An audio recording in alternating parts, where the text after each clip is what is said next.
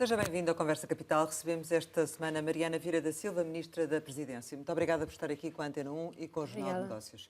Como sempre acontece, começo por lhe perguntar o que é para si neste momento capital em Portugal. O que é capital neste momento é nós podermos aproveitar a oportunidade que temos de um conjunto de fundos europeus e, com isso, ajudar o país simultaneamente a recuperar totalmente das duas grandes crises que tivemos nos últimos anos, mas também a modernizar-se e a aproveitar este momento para dar um salto qualitativo na vida, na qualidade de vida das pessoas, na capacidade exportadora e modernizadora do país e no aproveitamento e capacidade de responder às grandes mudanças que o mundo terá, tanto na área das alterações climáticas como na sociedade digital. Portanto, aproveitar este momento para dar esse salto. Já teremos a oportunidade de falar em concreto sobre como é que se dá esse salto e de que forma é que se concretiza na prática, mas a atualidade leva-nos efetivamente para a questão da Comissão Parlamentar de Inquérito à Tutela Política da TAP. A senhora Ministra, creio que à data dos acontecimentos que envolveram o adjunto do Ministro João Galamba, estava a substituir o Primeiro-Ministro porque ele se encontrava de férias. E isso leva-me a perguntar se nesta situação foi de alguma forma contactada pelo Sr. Ministro João Galamba ou se teve alguma interferência na forma de condução da resolução do problema. Bom, eu entendo que neste momento, e havendo uma Comissão Parlamentar de Inquérito, é esse o espaço fundamental em que devemos deixar que se apure a verdade, mesmo neste contexto em que parece que a cada dia o tema da CPI é ligeiramente diferente do anterior. Durante esse período eu estava efetivamente em substituição do Primeiro-Ministro. Quando fui contactada sobre esses acontecimentos, já foi, enfim, numa fase já muito final da noite, já os contactos que foram feitos tinham sido feitos e, portanto, foi numa perspectiva de informação face ao que tinha ocorrido. Então, isso significa que não foi solicitada a sua intervenção, foi-lhe só informado sobre o que é que se tinha passado? Quando alguma coisa acontece num Ministério, há as pessoas que devem tomar as decisões e que estão capacitadas e que, aliás, têm mais conhecimento sobre a situação em causa do que quem não está presente. E depois há uma informação. Se tivesse sido necessária alguma intervenção, certamente ela teria sido pedida. Aquilo que aconteceu foi mais olha, aconteceu isto, e uma descrição do que aconteceu. E foi informada por quem? Eu fui informada pelo meu secretário de Estado da Presidência do Conselho de Ministros, porque nós estávamos na PCM, era quarta-feira à noite, véspera de Conselho de Ministros, é sempre uma noite de trabalho mais tardio, digamos assim, e depois falei com o Ministro das Infraestruturas também. E nessa altura pareceu-lhe bem as opções tomadas? Quando se houve uma descrição desta natureza, a preocupação é, sabendo que um computador de trabalho de qualquer pessoa que faça parte do governo ou dos nossos gabinetes tem informação que não é a mesma informação que existe no meu computador pessoal, por exemplo. E, portanto, há um conjunto de cuidados que se devem ter e de alertas que devem ser feitos e, portanto, foram feitos. Depois, o que é que acontece depois desses alertas? Isso já não é da competência de nenhum membro do Governo. Aquilo que nos cabe fazer quando acontece alguma coisa que pode expor um conjunto de informação que possa existir e que existe, naturalmente, faz parte, num computador ou num telemóvel, é avisar quem de direito. E isso depende da avaliação que cada um faz da informação que está disponível. Se eu perder um bloco, não é exatamente a mesma coisa se eu perder um computador ou se eu perder um telemóvel, mas sei que quando tenho nos meus instrumentos de trabalho informação que não é suposto ser informação pública ou mesmo informação classificada, há um conjunto de cuidados e de organismos que tratam dessa informação. Portanto, que devem ser alertados. justificava-se o contacto com o SIS? Não me parece que não se justifique, em função da avaliação que naturalmente cada um faz da situação em concreto e dos documentos que estavam num determinado computador, que é uma avaliação que eu, obviamente, não sei fazer naquele caso em concreto. E essa circunstância de existirem esses documentos nesse computador, isso também faz sentido para si, ou não? Eu não sei avaliar em concreto, cada gabinete organiza-se de uma determinada maneira. Aquilo que é importante é, com a informação de que dispomos sobre quais são as regras que devemos atentar em cada situação, agir em conformidade. E o alerta é isso mesmo, é um alerta. Depois a decisão de intervenção, de quem é que intervém, é uma decisão totalmente distinta. Vamos inverter as coisas e desligar-nos deste caso concreto, porque sobre isso não me cabe a mim falar, nem acho que seja este o contexto. Vamos supor que uma informação classificada por via de não terem sido tido cautelas chega à praça pública. A pergunta é toda outra. E, portanto, quando existe um conjunto de informações, e não falo apenas da informação classificada, há informação reservada, num computador de trabalho de alguém que ainda por cima acompanha um dossiê tão sensível como é este dossiê, pode existir documentação que não há interesse, o interesse nacional convida à sua preservação.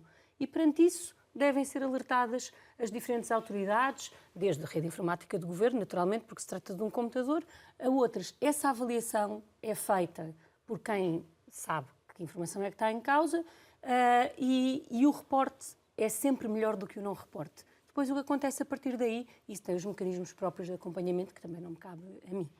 E, de certa forma, partilhou também da decisão do Primeiro-Ministro de manter João Galamba em funções?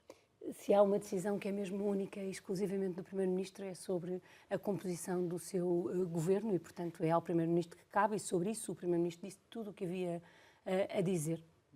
E isso mantém-se em função daquilo que tem sido dito e do que tem acontecido na Comissão Parlamentar? Se se mantém a ideia de que há o Primeiro-Ministro que cabe a todo o tempo a composição do seu governo, naturalmente, a cada um dos ministros só cabe cumprir o seu papel, não cabe nenhuma decisão sobre a composição do governo e muito bem.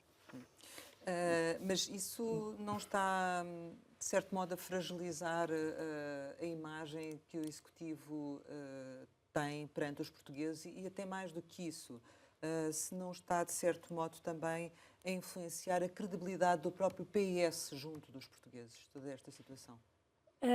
Bom, duas dimensões. Naturalmente que a ninguém passa pela cabeça dizer que uma situação com os contornos daquilo que foi descrito e que o Primeiro-Ministro também adjetivou com palavras bastante fortes, não tem impacto. É evidente que aquilo que aconteceu tem impacto, é evidente que seria desejável que não tivesse acontecido e que não estivéssemos a ter as discussões que estamos a ter. Essa é uma dimensão e é óbvio que o impacto existe, não passa pela cabeça de ninguém achar que aquele tipo de discussões a que temos assistido não tem impacto. Mas havia necessidade de ter chegado até aqui, ou não? Era indesejável ter chegado até aqui, era indesejável ter chegado até aqui. Não creio que me cabe a mim neste momento avaliar, e é por isso que existe uma comissão parlamentar de inquérito. Nós dizemos muitas vezes que é preciso que as instituições possam funcionar. Ora, as instituições funcionarem neste momento é a CPI fazer o seu trabalho e, no final, retirar-se as conclusões em função do que vier a ser apurado, sem procurar fazer disto algo que a cada dia avaliamos, porque o que a CPI decide é ouvir um conjunto de pessoas.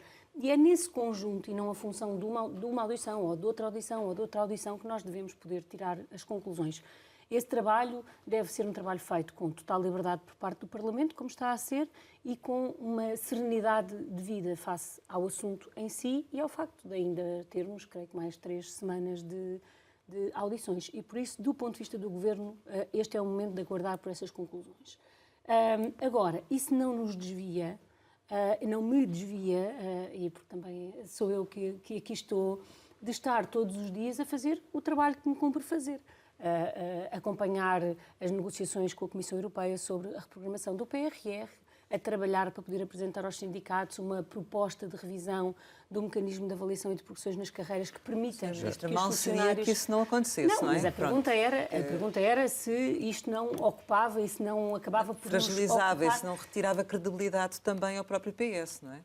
Junto dos portugueses. Nós estamos em 2023, há muitos anos que a cada ano há sempre um momento em que a credibilidade do governo junto dos portugueses é dito que está em causa. E a eleição após eleição, os portugueses têm depositado no Partido Socialista e no Primeiro-Ministro António Costa a sua confiança. Esta não é a primeira vez que esta conversa sobre a falta de confiança está a ser tida. O que é mau sinal, não é?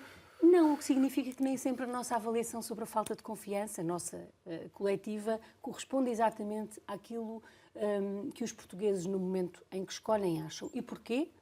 Porque vivemos num momento que não é um momento fácil da vida da nossa sociedade, aliás, tem sido a história dos últimos anos, e aquilo que efetivamente importa às pessoas é se estão ou não estão a ser usados os mecanismos, os instrumentos, o poder que o Governo tem para ir resolvendo os problemas das pessoas, para melhorar a vida das pessoas. E isso é sempre o mais importante para os eleitores e nem sempre o que mais ocupa o nosso espaço comunicacional. Mas o que é que dizem também as vossas sondagens internas? O PS ganharia outra vez com a maioria absoluta? Não, nós não estamos num período eleitoral, nós estamos num período... Mas corremos o risco de poder estar, não é? Porque o Presidente da República tem-no dito, não é? Os portugueses escolheram dar uma maioria principalmente para garantir que existem condições de, durante 4 anos, no caso um pouco mais de 4 anos, porque é uma legislatura um pouco mais longa, ser desenvolvido um programa para poder melhorar a sua vida, para poder modernizar o país, para poder aumentar os salários, para poder melhorar a resposta dos serviços públicos. Esse é que é o mandato. E volta à mesma ideia. A normalidade institucional é existir um mandato para cumprir, dedicar-nos a cumprir, naturalmente responder ao escrutínio, ao que cabe à Assembleia, e naturalmente também ao que cabe à comunicação social, e também por isso aqui estou, mas prosseguir o trabalho e não nos concentrarmos, pelo menos todo o nosso tempo e toda a nossa energia, numa espécie de análise de situação política permanente. Eu não estou a desvalorizar aquilo que aconteceu, não teria tido a comunicação do Primeiro-Ministro que teve, nem naturalmente a comunicação do Presidente da República se fosse uma situação absolutamente normal. Não é. Agora, há trabalho a fazer, há um Governo empenhado em fazê-lo e é também por isso que respondo. Não passo propriamente o meu tempo a ouvir comissões parlamentares de inquérito, porque há muito trabalho a fazer. É o tempo da Assembleia. A Assembleia decidiu quem queria ouvir, faz as perguntas que entende fazer, recolhe a informação que entende recolher e depois fará a sua avaliação, o seu relatório e, naturalmente, as conclusões devem ser tiradas no final. Há pouco a Sra. Ministra falava de procedimentos, regras, normas dentro dos ministérios e o Ministro das Infraestruturas disse a propósito da falta do dossiê TAP, do Plano de Reestruturação no arquivo do Ministério, que seria uma perplexidade. Também fica perplexa pelo facto de um documento desta dimensão e importância não estar nos arquivos de um Ministério? Bom, a cada Ministro, neste tema da organização do seu gabinete, cabe a responsabilidade sobre o seu gabinete. Eu não conheço em suficiente detalhe para fazer qualquer comentário sobre essa matéria e por isso não o vou fazer. Aquilo que me parece fundamental é procurarmos garantir que deste processo também retiramos as conclusões que tivermos a retirar também nessas dimensões. Não ponho de parte que precisem de ser tomadas decisões. Agora, não tenho conhecimento suficiente, a não ser, aliás, o mesmo que têm sobre isto e acho que não é este o momento. Este é o momento agora de apurar aquilo que houver a apurar e volto a realçar. As comissões de inquérito, naturalmente, têm uma ordem nas suas audições, mas quando se escolhe um conjunto alargado de pessoas para serem ouvidas, é precisamente porque as conclusões só podem ser retiradas no final do processo dessas audições e não a meio do jogo, a meio das audições, ao fim de um dia que acabou, aliás, bastante tarde. É preciso esperar para que todos aqueles que a Assembleia decidiu que devem ser ouvidos sejam ouvidos, para se poder aguardar as conclusões da CPI. Agora, nem no que diz respeito à TAP, o único assunto relevante é propriamente a Comissão de Inquérito. Portanto, a Comissão deixou de ser uma comissão sobre a TAP, sobre a gestão da TAP. Pois, essa é uma pergunta que tem que dirigir à Assembleia da República. As comissões de inquérito têm um objeto e faz sentido que tenham um objeto, até pelos seus especiais poderes, para sabermos, afinal, o que estamos a discutir. Mas eu sobre isso não me pronuncio, como digo, não sou eu que estou lá. Quem está é um conjunto de deputados que têm o poder de tomar as decisões que entende tomar. Mas claramente o Governo vai olhar para as conclusões da Comissão de Inquérito e, em função disso, também retirar as consequências devidas do que ali for, enfim, decidido ou concluído, digamos assim. Naturalmente. É isso que o Primeiro-Ministro e o Governo têm dito desde a primeira hora, que este é o momento de aguardar as conclusões, que não se tiram ao fim de cada dia, nem sequer ao fim de cada semana, nem sequer ao fim de cada ronda de audição. Tira-se no final, porque há um conjunto de pessoas alargado, que ainda não foi ouvido e que ainda será. E essas consequências poderão levar, eventualmente, a uma demissão do próprio Executivo? Bom, no entendimento do Governo, as condições para que o Governo faça o seu trabalho estão reunidas. O Governo tem um conjunto de compromissos com os portugueses e com as portuguesas, que está a cumprir. Nós estamos a executar um programa de governo que não é aquele que foi sufragado pelos portugueses, é o que foi sufragado pelos portugueses e tem, aliás, um ritmo de concretização significativo. Existe uma maioria na Assembleia da República e, portanto, este é o tempo de governar, de executar o nosso programa de governo, de concretizar as medidas de política que lá estão incluídas e de resolver os problemas novos que vão surgindo num clima de grande incerteza como aquele que vivemos. Um refrescamento do Executivo não faria sentido, por exemplo? A composição do Governo cabe ao Primeiro-Ministro. E as declarações do Presidente da República frequentes sobre a forma como o Governo se comporta, o determinado ministro procede ou deixa de proceder, isto está a causar-vos alguma instabilidade também? No fundo, quase que têm que medir os vossos atos em função daquilo que o Presidente diz, ou nem por isso? Do meu ponto de vista, o contributo que o Governo deve dar para a estabilidade política é a de saber qual é o seu espaço de intervenção, saber que o Presidente da República tem o seu espaço de intervenção e o Parlamento tem o seu espaço de intervenção. E, portanto, não faço comentários. Mas o Presidente não estará a ir além daquilo que é suposto ser as suas competências? O que não é a minha competência, enquanto membro do Governo, é responder essa pergunta ou fazer essa avaliação. Sra. Ministra, gostaria de esclarecer relativamente ainda à TAP, no momento inicial, sobre o parecer que fundamentava o despedimento por justa causa da CEO da TAP. Houve, na altura, uma contradição entre aquilo que disse sobre a existência do parecer e o que o Ministro das Finanças depois veio dizer. Quer esclarecer não considero que tenha existido uma contradição. No momento em que eu falo, estou a responder na Assembleia da República a uma pergunta de um deputado sobre porque é que não foi enviada um conjunto diverso de informação que já não tenho de cor, mas que falava de parecer, notas escritas, e-mails, correspondência, e eu estou a justificar porque é que no entendimento do Governo, naquele momento, a sensibilidade da informação em causa merecia uma melhor análise sobre a forma da sua entrega. E por isso as pessoas, quando estão a falar, estão a responder a uma pergunta que não é: existiu ou não algum parecer adicional sobre o despedimento da CEO da TAP? Não era essa a pergunta. A pergunta é: porque é que o Governo não enviou a informação? E eu estava a justificar que, no entendimento do Governo, àquela data, e esse é um direito que o Governo também tem, respondendo à pergunta, aquele conjunto de informação não correspondia ao objeto da Comissão Parlamentar de Inquérito e comprometia um nível de reserva de um conjunto de informação que lá estava.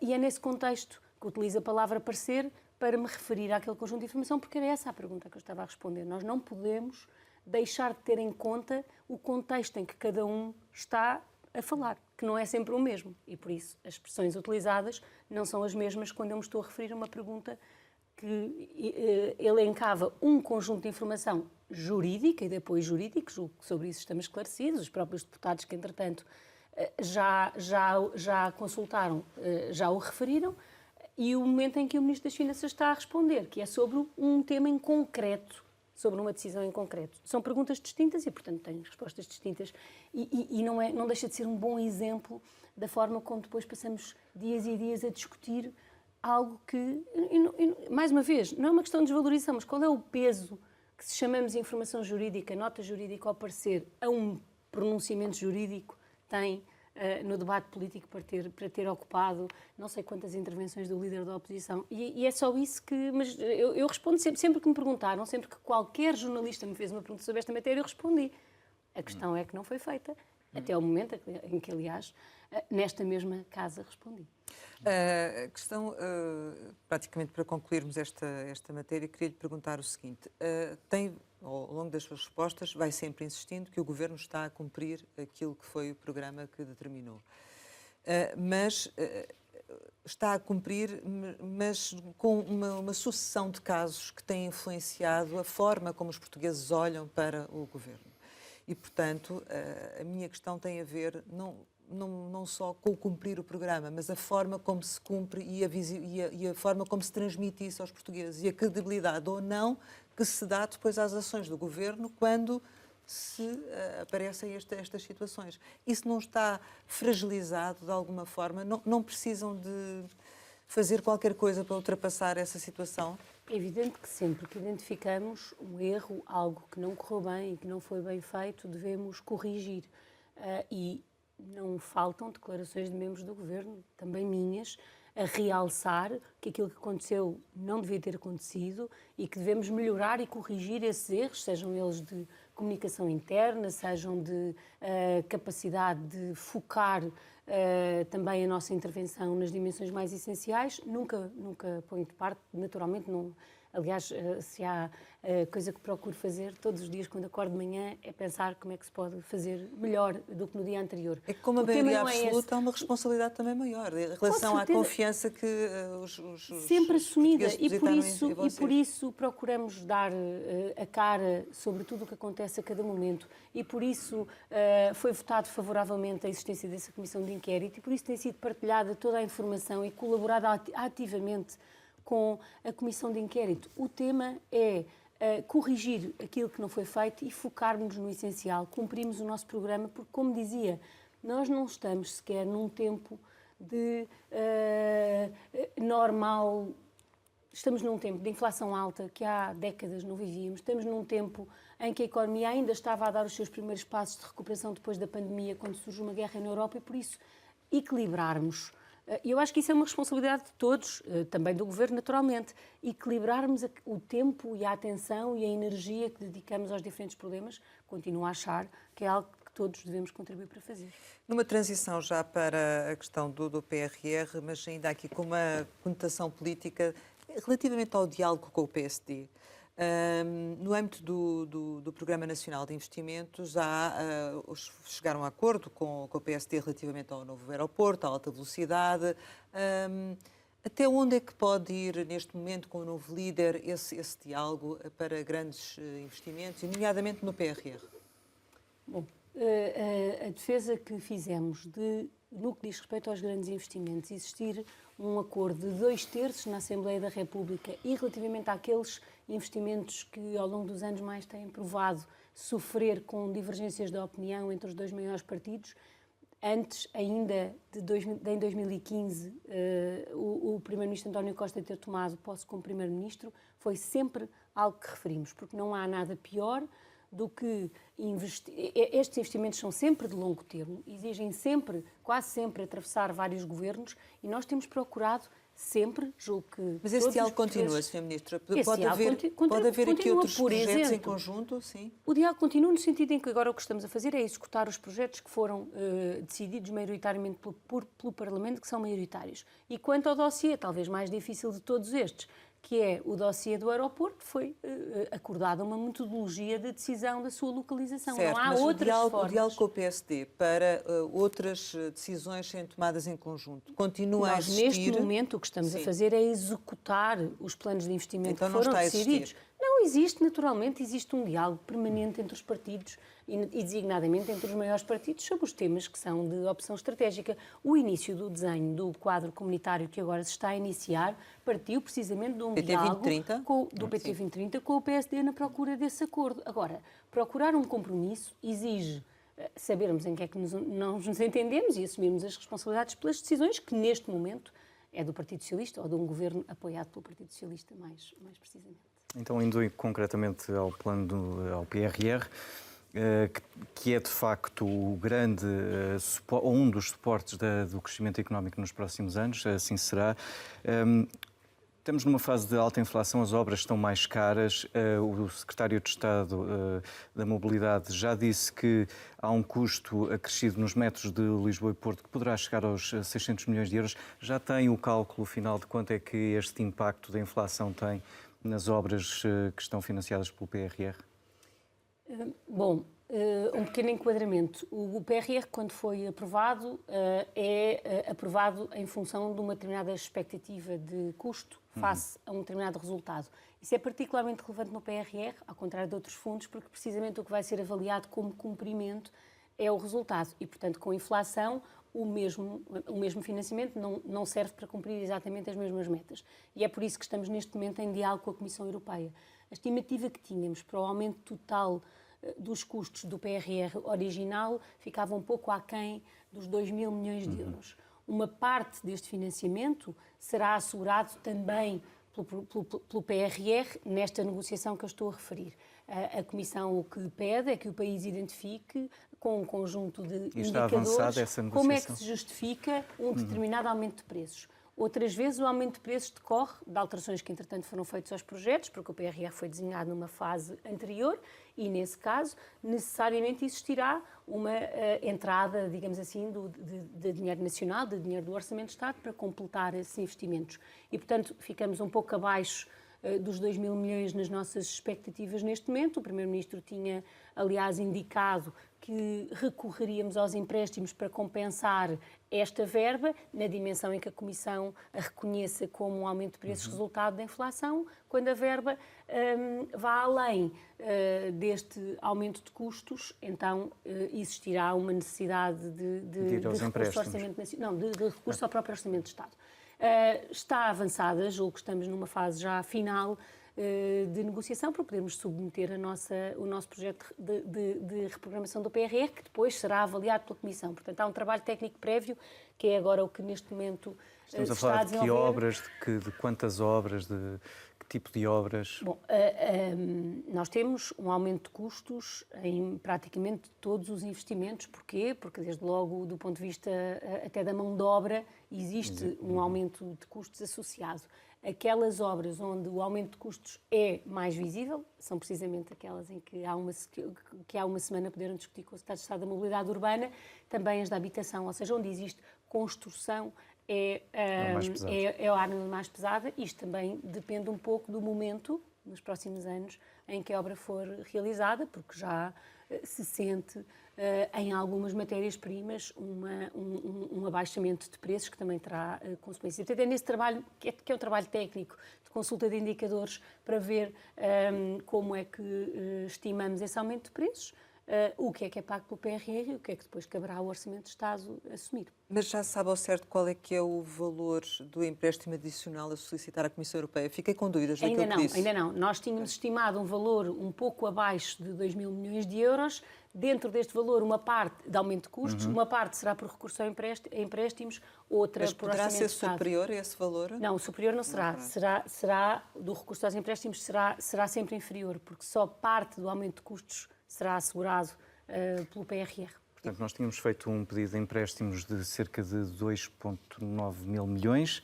A esse valor poderemos agora acrescentar? A esse valor acrescentamos, em primeiro lugar, um recurso maior aos empréstimos, por exemplo, para fazer face ao programa das agendas mobilizadoras, mas não só. Ou seja, há medidas do PRR onde nós fazemos um aumento de ambição e, por isso, recorremos a mais verbas. Alguns exemplos. Uma verba destinada à recuperação de escolas, também no âmbito do processo de descentralização, cerca de 450 milhões de euros. O valor de recurso aos empréstimos para aprovar todas as agendas mobilizadoras que tiveram uma avaliação positiva por parte do júri, e por isso há uma parte do recurso aos empréstimos que é mais ambição, mais metas, mais apoio a empresas, mais investimento, no caso em equipamentos sociais. A outra é que é de recurso aos empréstimos. Eu estimo que entre 1.000 e 1.300 milhões de euros para esse efeito, e, além disso, sinalizámos junto à Comissão Europeia que até agosto, que é a data até à qual precisamos de decidir que empréstimos utilizaremos, ainda mantemos a disponibilidade para apoio a empresas que se queiram fixar em Portugal, apoio a projetos de modernização de empresas, poder ainda mobilizar uma parte dessa verba, que é uma decisão que só temos que tomar até agosto. Vão esgotar, portanto, este tempo que têm disponível ou apresentarão antes? Para a reprogramação, apresentaremos antes. Para uma decisão de recurso aos empréstimos, utilizaremos até ao final, também em função daquilo que fizer sentido do ponto de vista de apoio a novos projetos que possam localizar-se em Portugal. Em que ponto é que estamos da execução? Consegue ao dia de hoje, enfim, fazer-nos Sim, uma... o PRR, tendo os seus instrumentos próprios de medição da execução, tem um momento, nós até agora cumprimos 17% do total das metas do PRR. Depois da reprogramação, estaremos em condições de fazer um novo pedido de desembolso, dando a prova da concretização das medidas que estavam previstas no terceiro e no quarto pedido de desembolso e que estão à espera do fim desta reprogramação. Do ponto de vista da execução financeira, nós pagamos, no fundo, os pagamentos que já chegaram às entidades, estamos nos cerca de 11%, 1.840 milhões de euros já pagos, e isso decorre agora também de um processo. Vou dar um exemplo. Um determinado equipamento social. Houve um aviso que foi lançado para todo o país, um conjunto de instituições sociais candidataram-se, viram os seus projetos aprovados.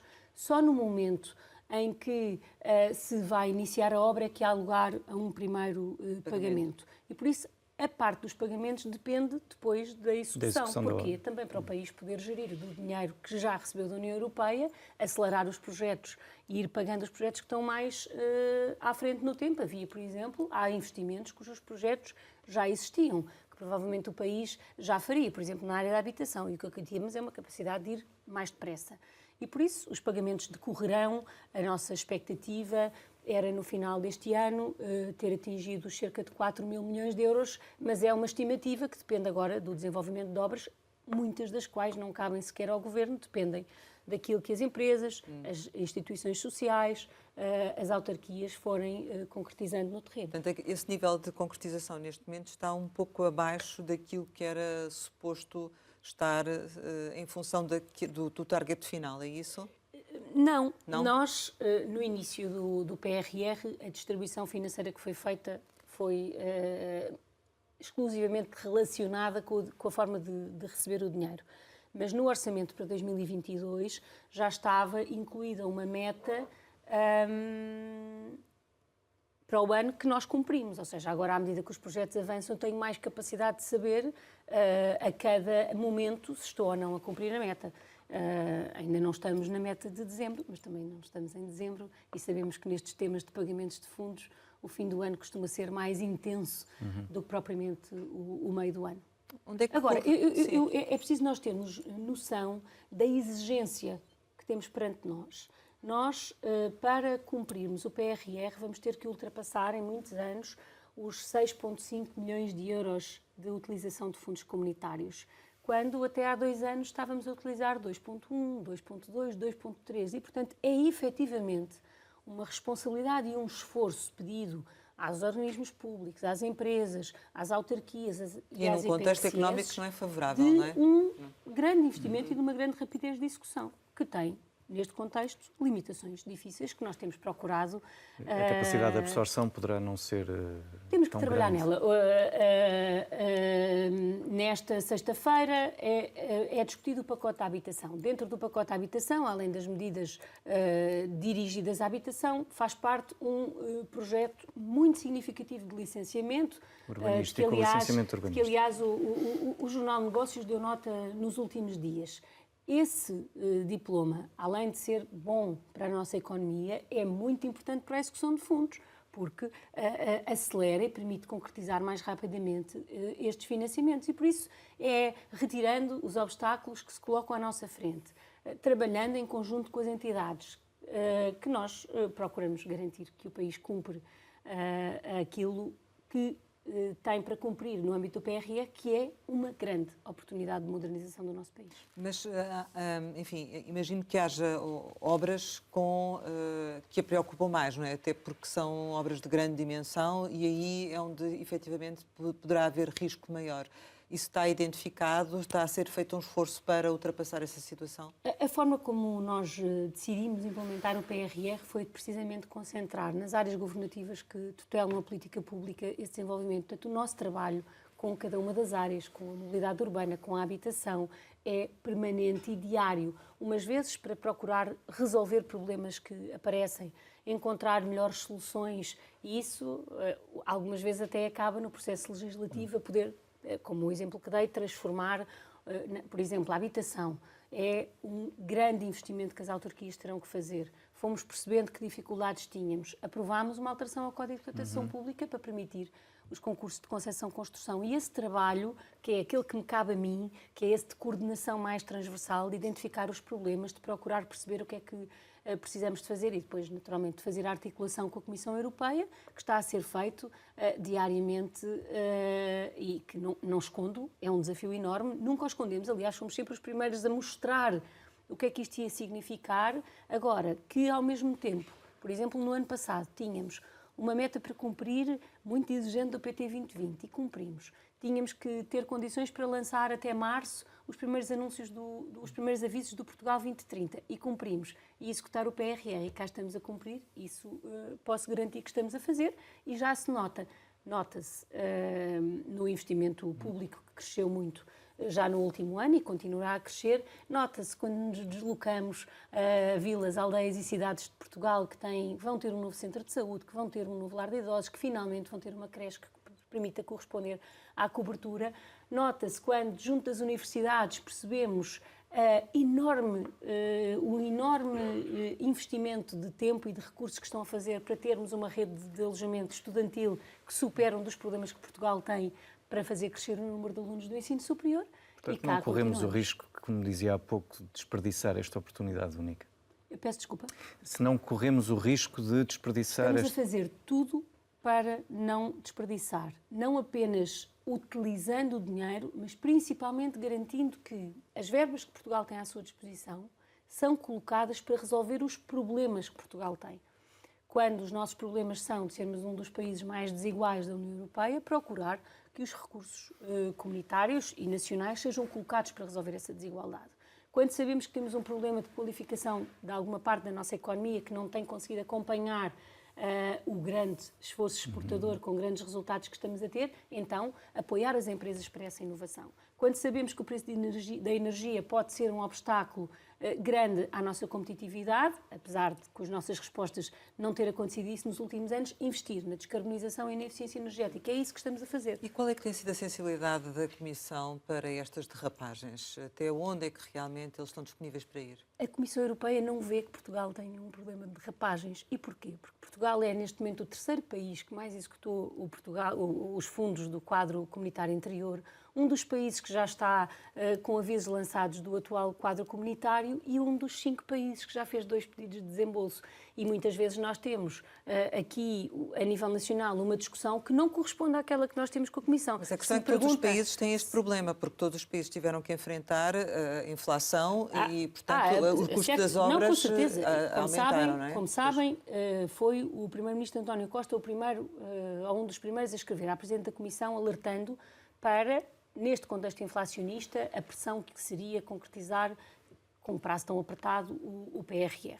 A Comissão disse que, face ao prazo final, não estava disponível para o alargar, mas que reconhecia que poderia ser necessária uma reprogramação intermédia, que é exatamente aquilo que estamos a fazer, e creio que mais 2 países ou 3, agora não sei bem, já submeteram, mas os restantes também estarão a trabalhar. E tem havido sensibilidade, ou seja, ou pode ser a Comissão Europeia está a funcionar, do seu ponto de vista, mais como um obstáculo ou como um parceiro para resolver? Aquilo que era a nossa preocupação em maio, há um ano, que era de procurar ir além de 2026 na concretização que nos parecia ser o melhor caminho, não foi aceito. E, portanto, desse ponto de vista, não houve essa abertura.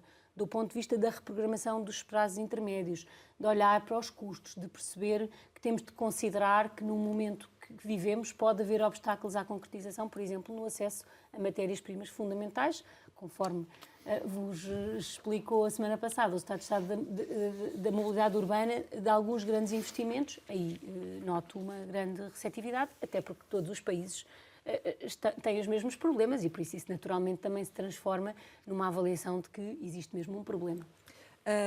O Conselho das Finanças Públicas, a certa altura, apontava riscos quanto ao impacto esperado do PRR na economia, associados ao perfil temporal assumido pela aplicação dos fundos, à existência da execuibilidade dos projetos de investimento, que permite a absorção dos fundos, e também à natureza produtiva.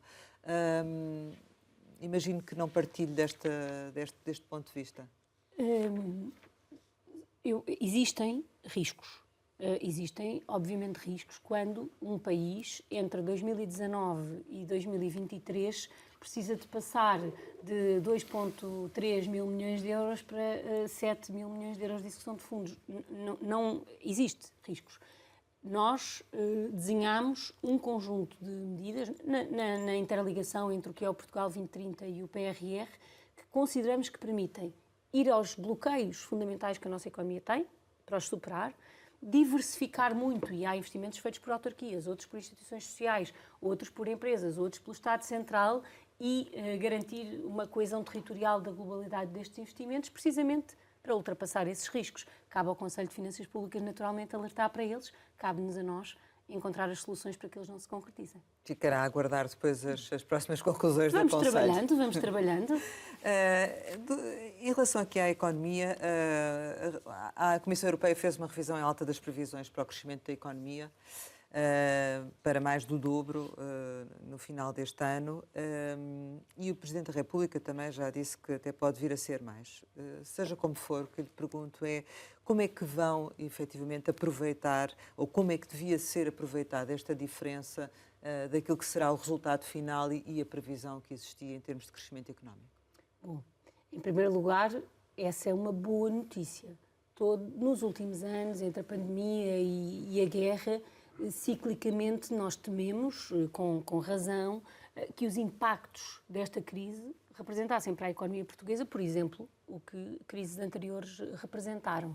E por isso nós temos que olhar para a capacidade que a economia portuguesa tem tido de responder a estes desafios como uma prova de que o investimento que tem vindo a ser feito, por exemplo, na diversificação na nossa economia, por exemplo, na resolução dos problemas mais estruturais, como o da capitalização das empresas ou o da falta de acesso à mão de obra qualificada, tem provado bem. Nós não podemos achar que quando as coisas correm mal é sempre por responsabilidade e quando correm bem é sempre por sorte, porque isso não faz qualquer sentido na forma como as sociedades se organizam.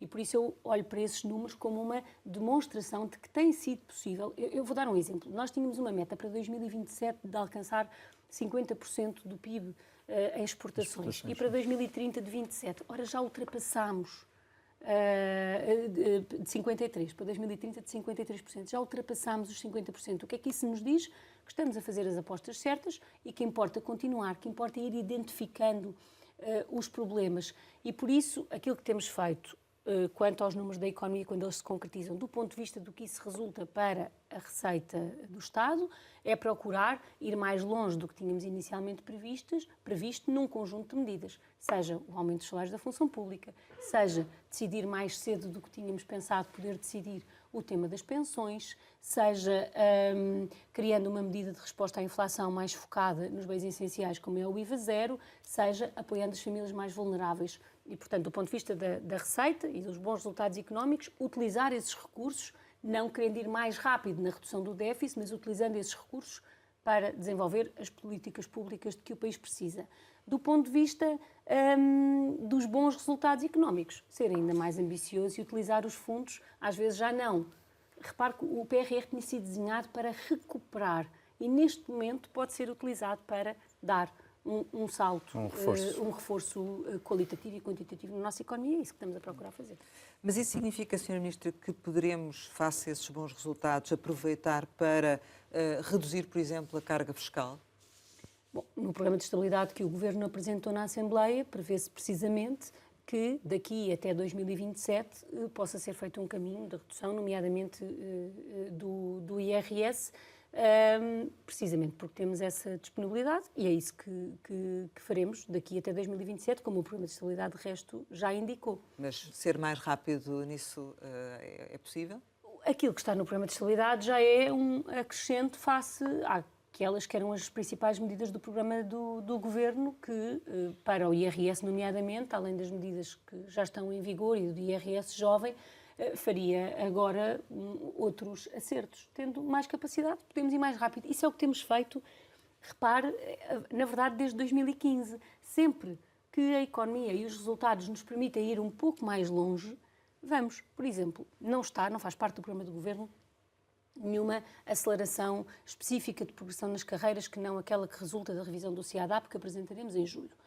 Mas, tendo em conta que temos essa capacidade, tanto no que diz respeito à resposta às reivindicações dos professores como da restante administração pública, aprovámos uma solução que permite para aqueles que tiveram muitos anos de congelamento nas suas carreiras agora acelerar a sua progressão. Em que sentido Isso é sempre esse equilíbrio entre uma maior disponibilidade e uma vontade de responder aos problemas que surgem. E em que sentido, falava agora do CIADAP, em que sentido a proposta do Governo pode ir na proposta que vão fazer aos sindicatos em junho?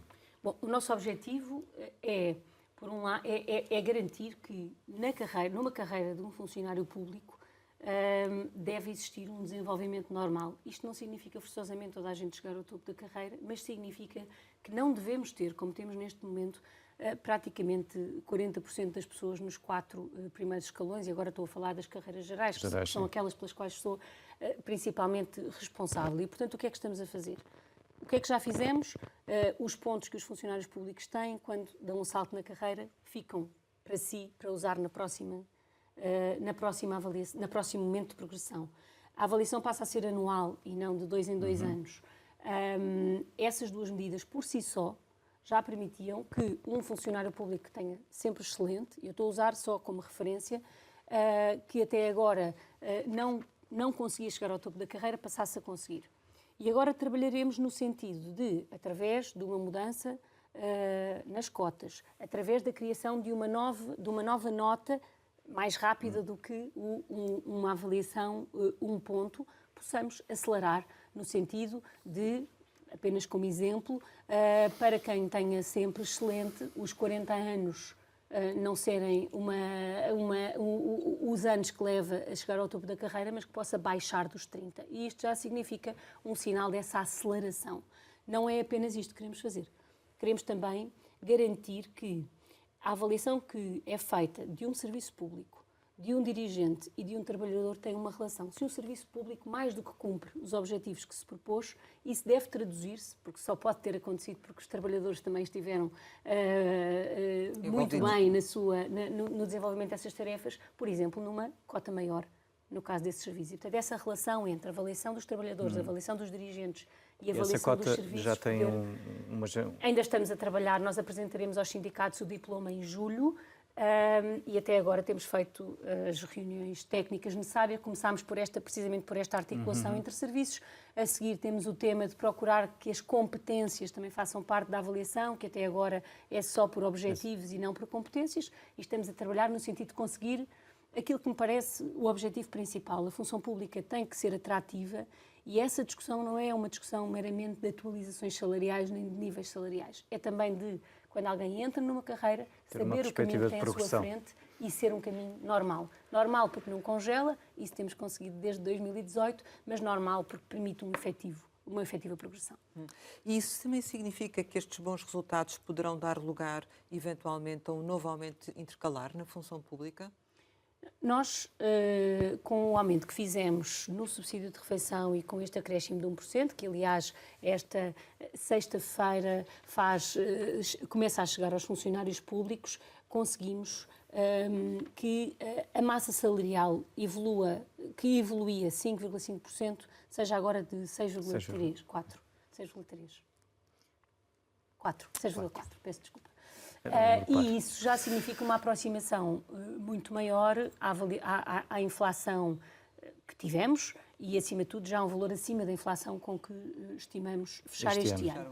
E, por isso, aquilo que fizemos em outubro, que foi propor aos sindicatos um caminho de 4 anos para garantir que, no fim desses 4 anos, tinha um aumento superior a 20%.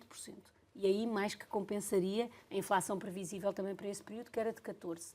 E que, com as mexidas na carreira, podíamos acelerar mais, julgamos poder construir esse caminho. Não parece, neste momento, que faça sentido um novo aumento intercalar. Aliás, não tínhamos nenhum há longuíssimos anos. Fizemos-lo porque, de facto, não só a inflação foi acima do previsto, como a capacidade de resposta da nossa economia também nos criou essa margem e agora devemos concentrar-nos para o caminho que temos pela frente. Então, e para o próximo ano? A atualização salarial não é o único instrumento para o qual devemos olhar. Certo, já e por isso temos que olhar para estas peças todas e também para o recrutamento, para percebermos qual é a margem que a administração pública, na sua capacidade total, recrutar trabalhadores com qualificações, responder a carreiras especialmente exigentes como a carreira informática, atualizar os salários e garantir uma maior progressão na carreira, estes são os elementos para os quais devemos olhar no seu conjunto, como faz uma empresa. Uma empresa, quando pensa o que é que quer propor aos seus trabalhadores, não pensa apenas na atuação salarial. Sim. Pensa na forma como os faz progredir, pensa no número de trabalhadores que quer recrutar e é exatamente Sim, isso e muitas que estamos vezes a fazer. até esses objetivos acabam por ser mais relevantes do que tudo o resto. Mas também as empresas, quando chegam ao final do ano e se têm bons resultados, também procuram repartir isso com os seus trabalhadores. E é exatamente isso que temos feito. Quando chegar o momento do orçamento, olharemos novamente para o caminho que fazemos. Agora, eu queria realçar isso é que eu lhe queria perguntar. Até hoje, nós nunca tínhamos tido os funcionários públicos a saberem que há um caminho de atualização salarial que está pré-definido. Já não está em discussão se, na base da carreira, alguém não vai ter 52,11 € de aumento. Aliás, todos os trabalhadores têm 52,11 € de aumento, pelo menos. Muitos terão mais. Já não está em cima da mesa o risco que aconteceu nos últimos anos, que é pelo aumento do salário mínimo, as outras posições começarem a ficar comprimidas. Margem para que, se a realidade for diferente daquela que nós tínhamos previsto, poder ir mais longe, temos, e a prova que temos é que o fizemos até fora do contexto da avaliação anual. Agora ainda não tenho a capacidade de dizer como é que chegaremos a setembro, principalmente porque há estas outras dimensões. O acelerador da carreira, o que significa que para um trabalhador das carreiras gerais, em vez de 10 pontos para dar o próximo salto, só precisa de 6, não estava previsto. E isso também se vai concretizar num aumento de salários, ou pelo menos numa antecipação do momento em que dariam o próximo salto. E é nestas componentes todas, para estas componentes todas que devemos olhar. Mas em relação ao orçamento para o próximo ano, e em função dos bons resultados, poderá olhar para aquilo que foi acordado e alterar no sentido de favorecer? Olhando para os resultados, olhando para o caminho que fizemos, olhando para a previsão de inflação, sentar-nos com os sindicatos no próximo mês de outubro, como todos os anos, para esse ponto de situação. É isso que está previsto no acordo e tudo o que está previsto no acordo é o que nós temos cumprido. E em relação a contratações? Em relação a contratações, nós passámos os últimos anos a recuperar de uma enorme redução do número de trabalhadores da função pública.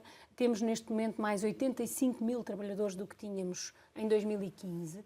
Agora, qual é o nosso foco? É procurar concentrar-nos nas carências que em alguns serviços públicos estão identificadas e abrir no próximo mês de outubro um novo recrutamento centralizado que permita colmatar estas falhas e que permita criar, a partir daqui, uma regularidade na abertura de concursos, como têm, por exemplo, as instituições europeias, em que todas as pessoas saibam que no mês tal vai abrir um recrutamento, porque a atratividade da função pública também precisa desta previsibilidade.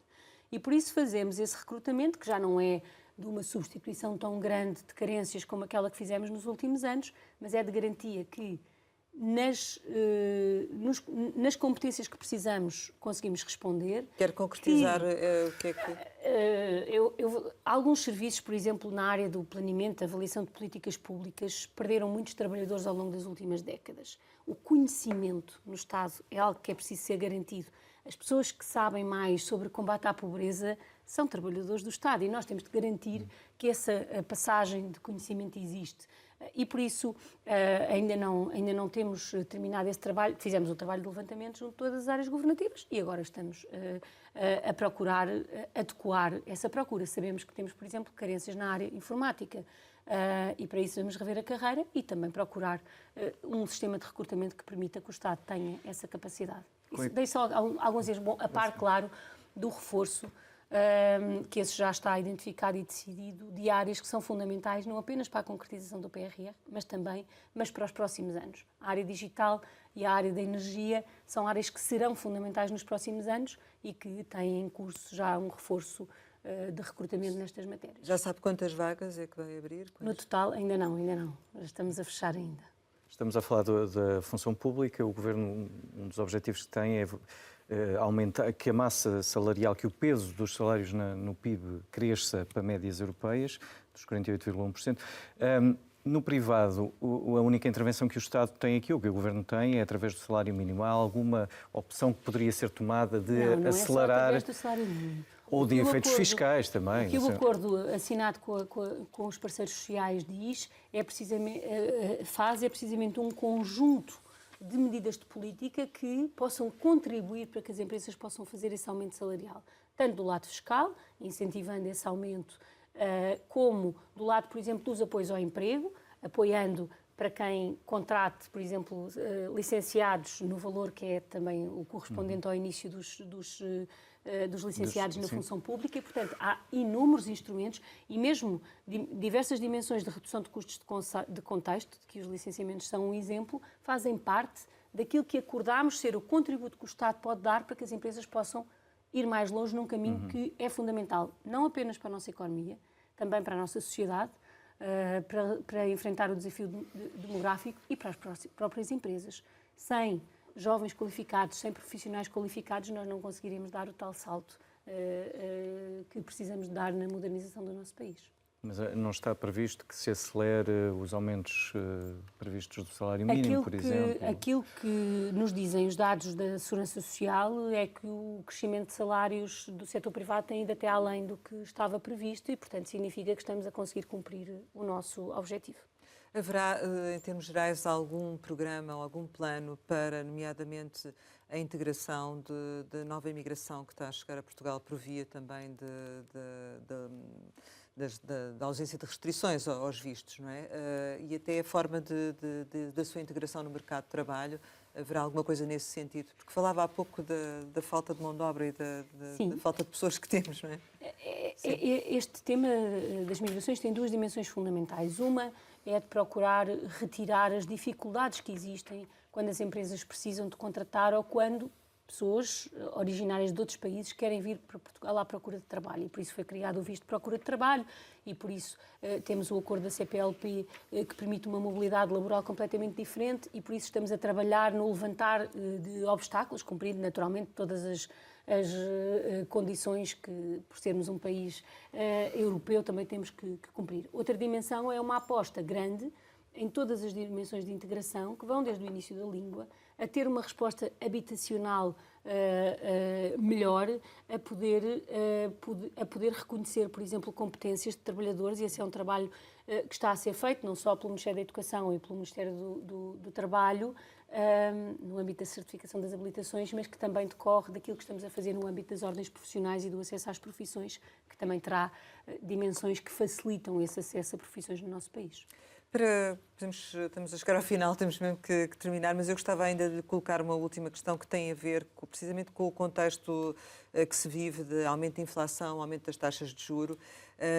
Os bancos têm estado a apresentar resultados positivos com lucros.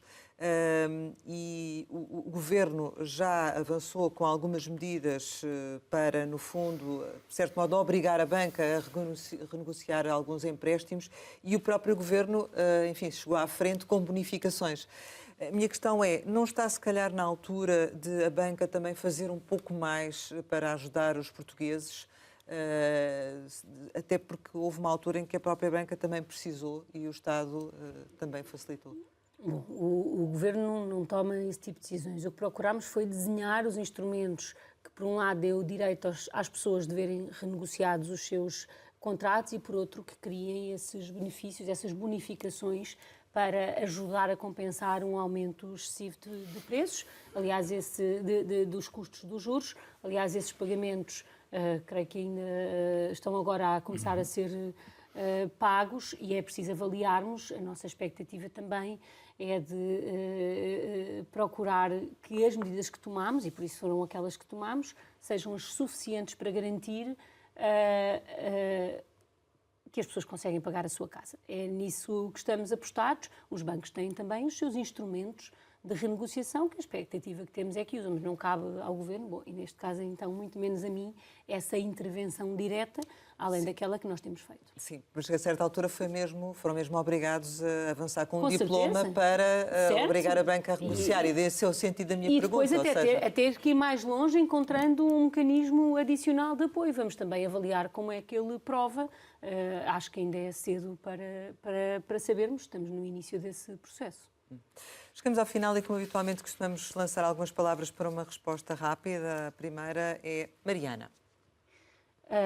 Essa é talvez a mais difícil de todas. É acordar todos os dias para fazer um bocadinho melhor do que no dia anterior. Assobiar. Um vício muitas vezes difícil de controlar nos momentos mais impróprios. Nadar. Talvez a coisa que mais contribui para o meu bem-estar e que tenho praticado muito menos do que devia. Fé. Não tenho.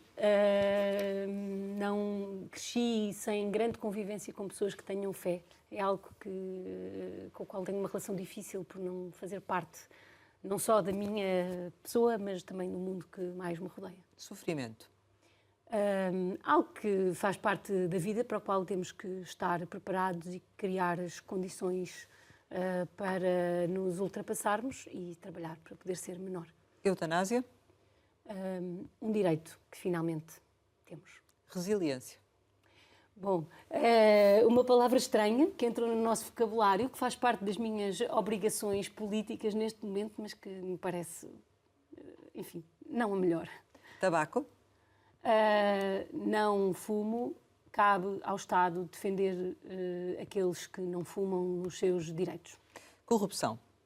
Algo que devemos combater a todo o tempo, algo que ameaça as nossas democracias e as nossas sociedades, algo que todos devemos contribuir para combater. Descentralização. Talvez uma das mais fortes reformas que temos em curso, que passará por todos aprendermos a trabalhar em conjunto, nível central, nível regional, nível local. Sporting. O meu clube. Pai. O meu pai, a minha mãe, a minha família são as pessoas que foram fundamentais na minha formação, por quem tenho grande orgulho. Disciplina. Algo que faz parte da minha educação, lá está, e que procuro cumprir ferreamente, que às vezes aplico excessivamente. PS. O meu partido, o partido que me parece que representa o povo na sua diversidade, dos mais ricos aos mais pobres, dos que vivem no norte aos que vivem no sul, dos que vivem em cidades, dos que vivem num espaço mais rural, dos que mais precisam aos que mais têm, procurando aquilo que nos cabe garantir. Que tudo o que nós conseguimos para o nosso país chega a todos. É isso o Partido Socialista. Sonho. Sonho, algo que nos permite pensar que amanhã podemos fazer coisas novas nas quais ainda não pensámos e que nos alimenta. Saudade. Tenho da minha mãe. Portugal. Portugal. É o nosso país. Eu sou uma pessoa que se sente parte da Europa, parte do mundo, mas também parte do nosso país. Uma cultura, um país que muitas vezes acredita pouco em si próprio e precisa de acreditar mais. Mariana Vieira da Silva, muito obrigada por ter estado aqui com a Antena 1 e com o Jornal de Negócios. Pode rever este Conversa Capital com a Ministra da Presidência em www.rtp.pt. Regressamos para a semana, sempre neste dia, esta hora, e claro, contamos consigo.